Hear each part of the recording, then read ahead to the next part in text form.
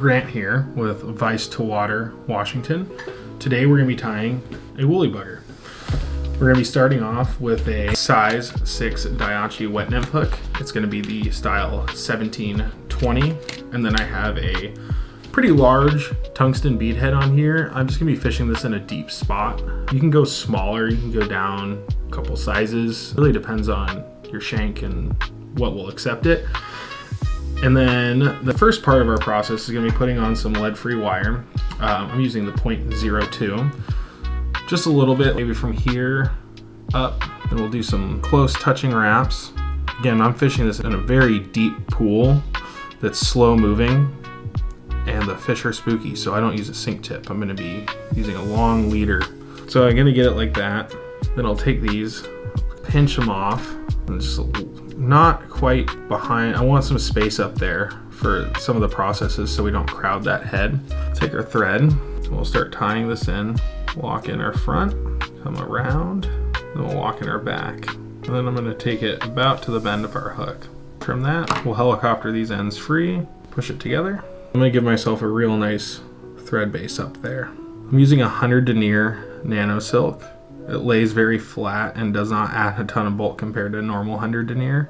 So you can do some more securing wraps. Only downside of this that I've found is it slips on the shank if you don't add a little super glue before or through the process on some flies. Not necessarily on this woolly bugger, it's holding on very well. But sometimes you'll need to add some Zap-A-Gap, or I just use Gorilla Glue with the brush. Our next step is gonna be taking our marabou. I have a Montana Fly Company Bard. I already pre-selected out of the pack. I like the way it looks. I really like Bard material. You can take a normal one and use black Sharpie and dot it up yourself and get the same effect and saving some money, because a pack of these is $10 now in Washington State. It's getting crazy. So we don't want it too long. Like that would be too long for me, and you'll get short strikes. We'll just be nipping at it. So I'm gonna take this up. And I really like this vise because this is the region I want these tips to end in. Right there. Take that, do a couple loose wraps, see how it looks. I like the way that that's working for me. Spread them out just a little bit. Center that on there.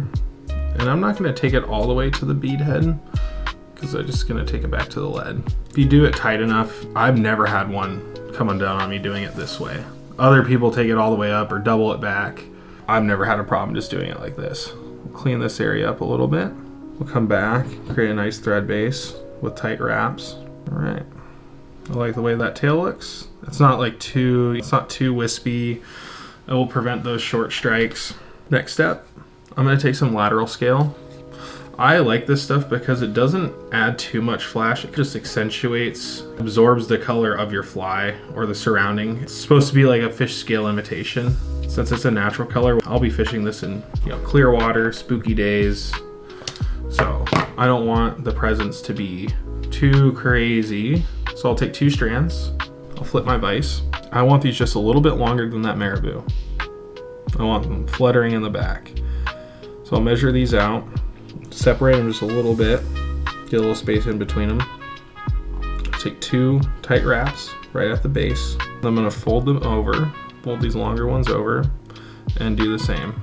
All right, then I'll trim those 2 to just a little bit past. Same to the other side, just a little bit past. And that just adds a nice little fluttering effect. Nothing too crazy. We're gonna take our thread and move it all the way to the front again. Take our chenille of choice. I'm using a hairline variegated chenille in medium black and olive. Have that in a longer piece. I get about 2-3 flies out of this working length that I cut. I'm gonna take it right behind. I'm gonna keep it centered. So I'll pull towards me like that. And this helps keep it all centered. Wrap it all the way to the back here. Then I'm gonna grab some brassy wire, some ultra wire. That's not focusing. Come on, man. There we go. I take a longer piece than probably what's needed, but I just like to have extra to grip onto. Take our trusty Fiskars, cut that off.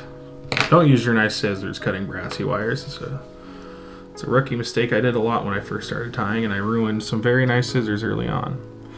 I'm also going to hold that wire to the side. I'm going to tie it in right behind those eyes because we have to work our way forward. Couple wraps here. It's a little past the eyes, so I'll just adjust and scoot it back. Lock it in, and then we're going to do half hitch to keep our thread from going crazy. And then I'm going to use my rotary function to do our chenille. You can just do this touching by hand if you don't have it. It's pretty easy. We're going to do tight touching wraps. I'm going to end a little bit short of that head because I don't want to crowd it at all. There we go. Bring our thread back up. Couple wraps, tight wraps. We'll take our excess and just trim it. Hold it down again. Lock it in. Next, I will take our bugger part. I have trimmed off a little extra here. That'll just help the hackling process for us. I leave it a little extra long and I'll just trim it. Come in right behind the eyes. And this is where I would like add a little super glue if you're not super used to tying with the nano silk here. You really need some tight wraps to get it working. Take some razor scissors, cut it close. And then I'm gonna half hitch this again. So I'm gonna use the rotary function. One full wrap up front will help prevent corkscrewing. And then we'll start doing some open spirals here. Go back, because I don't like the way that that was looking. Try to keep it as even as you can. Next step here, after we tighten our vise up, it's gonna be grabbing that copper wire and then securing that loose section with a couple wraps of this copper wire. Go up and over it. Do that a couple times. And then I'm gonna use my rotary function again, and I'm gonna wrap into very open spirals here.